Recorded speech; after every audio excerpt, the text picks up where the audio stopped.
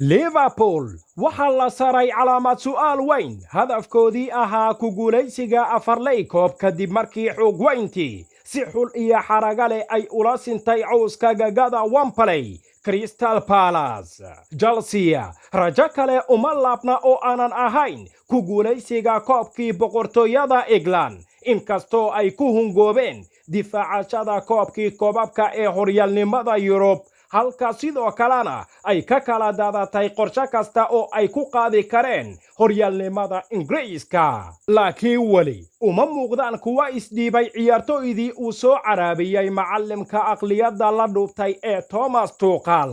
Mucaashaqiinta Liverpool ayaana waqti xaadirkan waxay bilaabeen in ay ku digtaan taageerayaasha Chelsea oo waxa ay leeyihiin waxaan ka qaadnay Carabao Cup nagamana celin karaan FA Cup-ka.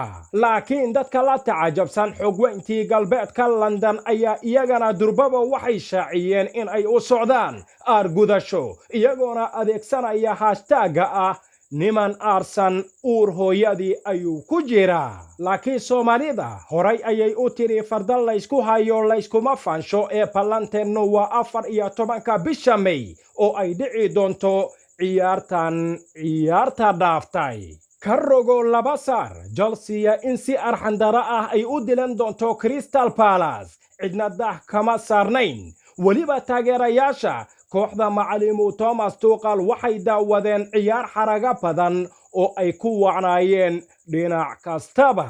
geesiyada guusha siiyeyna waxa ay noqonayeen Mason Mount oo noqdayba laacib aan lagu aadi karin waqtigan iyo Loftus-Cheek. taariikh aan horay loo arag ayayna waqti xaadirkan waxay dhigeen Jurgen Klopp iyo macallimu Thomas Tuchel maadaama markii ugu horeysay taariikhda tartankan finaalkiisa ay ku kulmayaan laba tababare oo Jarmal ah. kaliya 3 kooxood ayaa gaaray 3 finaal oo isku xiga tartanka FA Cup-ka waa United intii u dhaxaysay 1993 1996 waa Arsenal intii u dhaxaysay 2000 ilaa 2003 iyo Chelsea 2019 ilaa 2022 balse waxaan la ogayn in koobkan uu u noqon doono xogweyntii galbeedka London midkii ay ku hiran lahayd